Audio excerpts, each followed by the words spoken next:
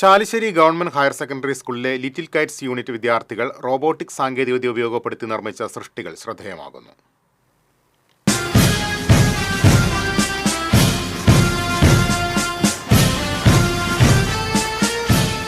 ദേശീയ ഗാനത്തിന്റെ താളത്തിനനുസരിച്ച് ചലിക്കുന്ന ദേശീയ പതാകയാണ് ഇതിനകം വൈറലായി മാറിയത്.